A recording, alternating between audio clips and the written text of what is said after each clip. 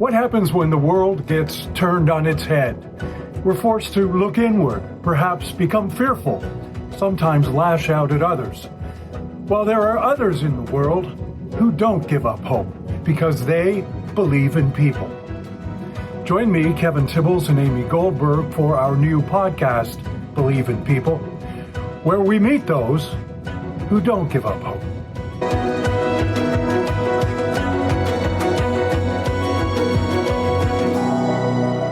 You're going to need a lot more fingers and toes to count off the number of challenges facing us in this last week. Here at home and abroad, a mass shooting in my hometown of Highland Park, Illinois, not only stole many lives, it has left a scar that may never heal. And of course, the assassination of Japan's Shinzo Abe has disrupted global affairs. The continuing war in Ukraine strains and frightens, and the economic outlook makes many feel we're walking a tightrope. And that's why Amy and I this week want you to meet Sue Gandhi in Vernon Hills, Illinois. Sue Gandhi takes a look at the glass half empty of the world and fills it up. When she saw how much poverty exists in our cities, she started a food pantry of her own in her own garage with her own money. She never closes.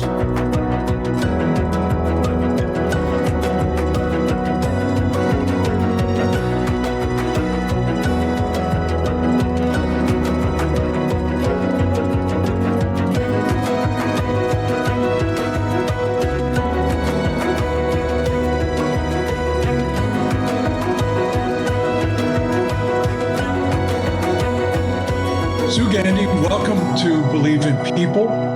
You and your husband lost your jobs, and yet you started a food pantry out of your own garage. How did that happen? We saw a need. First of all, thank you so much for having me. We saw a need in the community, and so we pretty much cut our expenses, went down to one car, cut out our vacations, eating out, and came up with a budget and started buying things. Some shelves appeared in my garage, and that was the beginning of the food pantry. It was not something I had planned on doing, but it kind of just happened, and that's, I had shelves put up. Cabinets, a refrigerator appeared. My friends painted the garage for me. And then it was just a matter of reaching out to see where the most need was. Sue, that's interesting because that's,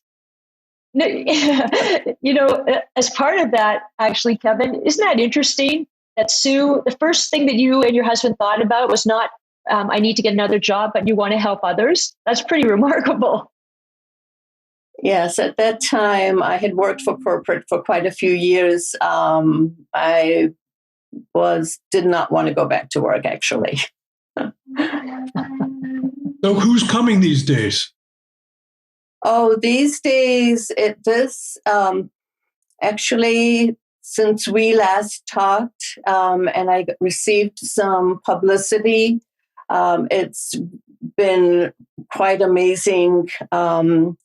My name is out there, and just people are just contacting me all the time. Right now, before we had the refugees from Afghanistan. Right now, we have refugees from Eastern Europe, Russia, Belarus, Ukraine. So all of these families are coming in, and there is quite a need, as well as just our everyday American families are in need as well. Families are Sue, working. How do you get your further funding when there's been such a demand? I do have a GoFundMe page, and those funds are used.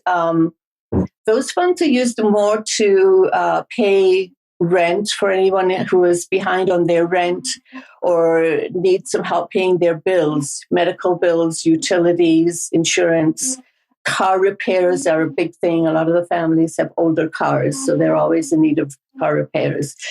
Gas cards are a huge the families want to come out and get food, but they're like, we don't have the gas to come out there.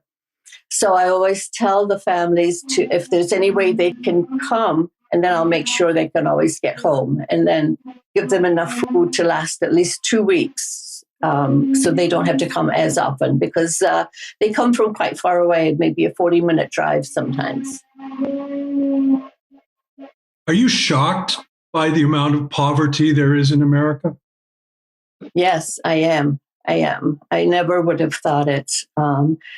It's just everyday families are struggling with kids. There's a lot of divorce right now going on. PTSD, depression, anxiety, a lot of these issues, and to make sure that the families have maybe prepared meals for them, just anything to make it easier for the moms. And is that coming from the stress? Yeah, I think COVID and stress, yes, definitely. COVID took a toll on families. And who's you, Sue? I'm sorry? Who helps you? As far as the work, or yes, yeah, it's pretty much just me. My husband helps with the finances. I'm usually the one out there. I like to do. It gives me a lot of satisfaction. It gives me, I take the time to fill everyone's bag with what their individual needs are. So I pretty much do it by myself. I have volunteers that come and distribute the bags. Right now, the distribution is huge. I have quite a few volunteers who will take bags back to apartment buildings and distribute there, take back to workplaces where somebody knows somebody else who's in need. So I'm always telling anybody that comes to me, to pass on my number to anyone who may be in need. So that's how a lot of the food, gets distributed as well. You also counsel in some ways the people who come. Many of the people who are cleaning houses, for example. Do you find that you have to sort of help them not get taken advantage of? Yes, I do. And any of the moms that, are looking to find some kind of work, if they say, I can clean, if I ask them, how are you doing? How is work? They might say to me, I was sick last week. I didn't go to work. So I would ask, did you get paid? And then that leads to further conversation that, no, I clean houses. So I wasn't able to work, so I didn't get paid. And in that case, I would give them cleaning supplies, because sometimes, you have to take your own cleaning supplies. So to cut down on expenses, cleaning and some of those things, people do get taken advantage of, and I feel they don't get paid as much as they should for the work they do. Wow. And who takes care of you, Sue? How do you take care of your mental well-being? I'm pretty good. I keep going. Everybody tells me to take a break and you don't need to do so much, but I don't see myself taking a break anytime soon. I feel like there's not enough time, and I have a lot of work to do. Going into the city babysitting is my release also. So I do that once a week. So you don't take vacations. You don't go out for dinner. You don't go to movies. You only have one car, and you are basically open 7 days a week, 24 hours a day, out of your garage when people need you. Why are you doing that? Well, because a lot of families, they don't have the support, and I want to accommodate their schedules. So if somebody says, I'm working till 6, or, can I come and pick up after work or before work or at lunchtime? I'm home. So if they send me I ask them to send me a text of what their needs are. And it's pretty, easy for me to put a bag together for them, and they can, and it can be ready for pickup. So that is, that's all that I really need, is that satisfaction that, a mom was able to take care of her family for that week. That's remarkable. And you're spending your own money? A little bit. Like I said, I do have a GoFundMe page, so I'm able to use that as well. So that helps us. But, if somebody does come and, they're short on money, it's a single mom, and I have, I have a little container and I have some money in there, I will always give them $20 or $25 and always tell them to, just keep this money in your wallet for emergencies. And all of my families are very, very gracious, are very, they're very, very happy to receive the help I get them. So I know everyone very, very personally. I know who's gluten-free, who's vegan, who's diabetic, who's whatever their dietary needs are, where they're from. Do they eat beans and rice or mac and cheese or, whatever it might be? And That's what their remarkable. kids like. So, and Sue, also, what sort of what additional support do you need? What do I need?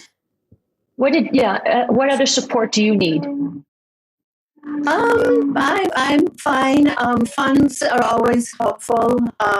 Just to do a little more. Mom will come and say, "Oh, it was my birthday today," or it was, my child's birthday. So I have, a box where I have gifts and gift bags that I'm able to pull out something and give as a gift right away. Moms might say, I gave out Easter baskets. They were like, oh, this was the first time that my children ever received an Easter basket. Or,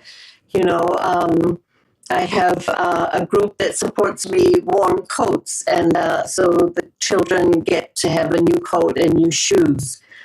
Or school supplies, whatever their needs are, because the families that are working, they're barely getting by just by paying rent and their utilities, and then, everything else is extra. There's such a huge need for women's feminine products. That's a true necessity, but it's a luxury for some of these moms. If you have to choose between food for your children and feminine products, what do you do? So yes. Those are the needs that I try to fill, basic toiletries. And Sue, those who are listening and watching, because what comes to mind are organizations that do this, companies that provide products like this. And I'm wondering, would that be helpful to you, that those products would come your way? Absolutely. The big need is also laundry detergent. When I hand a mom a bottle of laundry detergent, it's like I'm giving them gold. They're like, okay, now I can do laundry and give my children clean clothes. A laundry detergent, dish soap, all-purpose cleaner. I try to give as many cleaning supplies as possible so the moms can keep their homes clean. Antibacterial wipes and sprays are also important. Just for the moms to have these things. Otherwise, it's just too expensive. What have you learned about others in doing what you're doing? Can I put you on hold just for 1 second and go open my door so my delivery can come in? Is that yes. okay? Yes. Okay. Of course. Amy and I'll talk. Okay. So wow, that's incredible. Well, for those who are listening and watching this, laundry detergent, I'm making a list, Kevin, of all the things that she needs, because I'm thinking that an organization could provide those services, at least, the very least something.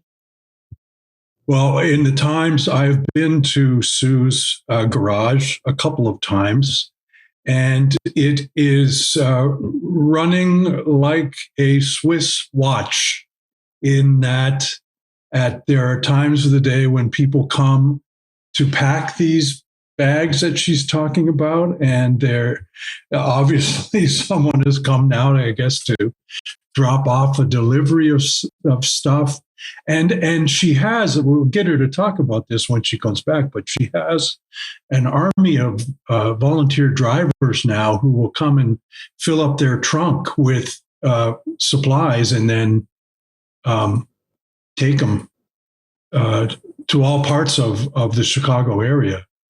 And it's also kind of struck me how, as you get further and further out of the city area, you start to see bands of poverty further and further out because these people can't afford to live downtown. Yeah. They live in the bands. And Stu, are you coming back? Yes, sorry about that. This is how dedicated. This is how dedicated Sue is. I just want everybody to know that this is the dedication in which we're speaking about. So what just happened? What'd you get?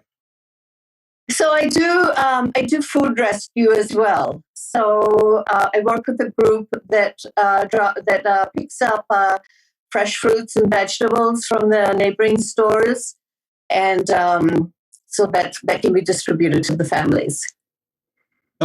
So you just mentioned nutrition. Yes. That's important too. Yes, nutrition is very important. And just to go back, paper towels and toilet paper, toothpaste, bath soap, deodorant, all the things that we take for granted, that is sitting on our bathroom counter, when we wake up in the morning. Those things there is a huge need for those things because they're not included in food stamps. That's true. Well, we're making a list. We're making a list, Sue, for you, and seeing if we can reach out to some sponsors to see if they can help you out. So fingers crossed on that. Okay. Yes. How about I'm sorry. Yeah. Nutrition, yes. You don't find soda or anything like that on my shelves. Juice boxes and kids snacks, especially right now with all the children being home from school, crackers and snack packs of chips or juice boxes. Those are the kind of things I give out for the kids. We were talking when you were down opening up the garage door there about how you've got an army of volunteer drivers and things who come. Some of those people actually needed your help in the past and are sort of paying it back, are they not? Yes, that is true. I mean, that's something else, really. So you're spreading the love. Yeah, actually, Pam, who at one time her husband did come and pick up food from me, she has started like a subsidiary of me in her garage, and she takes food back, and she's doing the same thing. Reaching out to people in her neighborhood that she had no idea were in need. So, are people ashamed of it? I'm sorry? Are people ashamed of the fact that they're in need? Do people keep it a secret? Yes. Not a little bit ashamed. They're embarrassed. But once they come to me, I have to say I'm not like your normal food pantry because I really interact with all my family. So, the first couple of times, yes, it's a little bit difficult. But then once they start coming, they're fine. And so my major first goal is to make everyone feel very comfortable and to treat them with a lot of dignity and respect. And it's just a phase in their life, and they're so honest. They'll tell me, oh, I started work, I found work. And I'll always say, keep coming to me. so you can build up your nest egg as well, or if you have food stamps, come and see what I have. Come and take the food that I have first, and then you can use your food stamps to buy whatever it is that you're lacking in. Is there guilt Remarkable. involved with this? For the families? Yes. Do you think that the society as a whole makes them feel guilty? Yeah, maybe. I'm not sure about that. All I can say is I want to make my families feel as comfortable and as wanted and needed as possible. I don't think that anybody should feel that they're any less of a human being than anyone else. It's just, you fall on hard times. Mm-hmm. Absolutely. And Sue, Kevin and I and our listeners and viewers, we want to know, why do you believe in people? Well, I think we're all here to help each other, and we need to treat everyone with love, kindness, and respect. And I think that goes a long way, and it doesn't take much to do that. Well, you're certainly doing it. You're certainly one person that people believe in. Thank you. Thank all you so from much. a garage. I've never really thought about that. I just, I myself feel peace and calm when I'm in my food pantry, putting together my bags. I'll always put in everything that they have asked for, but as well as, some extras, and there might be some chocolate or, cookies or candy or, just anything else, a deodorant, an extra thing that I have. A mom might come with her daughter. The other day she came and, asked for mascara. And I said, I have one, and I was looking for it and I couldn't find it. A lot of times you'll find me running down the street after the car because I'm like, oh, I forgot to give you this, wait. So, I think I'm truly in tune with the families, and I feel, as a mom, and a grandma, I feel, their need and just how can I make a difference? How can I help you? So that's all I basically ask them, like, how can I help you and what do you need? Those are the only two questions, and a phone number, and a name. That's all I really need. As we close this off, Sue, I just want to point out one other thing, and that is that, yes, you're putting food and you're putting product into bags to be delivered or given to people who are probably lacking all kinds of things. But Sue, you're also putting your heart and compassion and friendship and neighborliness and yourself in those bags as well. And that's probably something that people are lacking as well. Just everyday good neighborliness. Right. Yeah. Yeah. And my families, they all share as well. They'll come and pick up and they'll be like, usually I'm like, how many boxes do you need? And they're like, can I have one for my mother and my sister and, my friend and my neighbor, or, so-and-so is not feeling well in the apartment building, or whatever it might be, And right now, more schools and churches are reaching out to me as well, because they're seeing a need that their families are struggling. So does it break your heart when you see children in need? Yes, absolutely. Absolutely. Absolutely. It shouldn't be this way. But I can't control. There are a lot of things I can't control, but this is one thing I can maybe give a little bit of hope and love to, and make a difference in someone's life. Well, you certainly are. Well, thank you. Thank you so much. Thanks for sharing this with us. Thank you, Sue. Thank you. Get back down to the pantry. There's probably you're busy.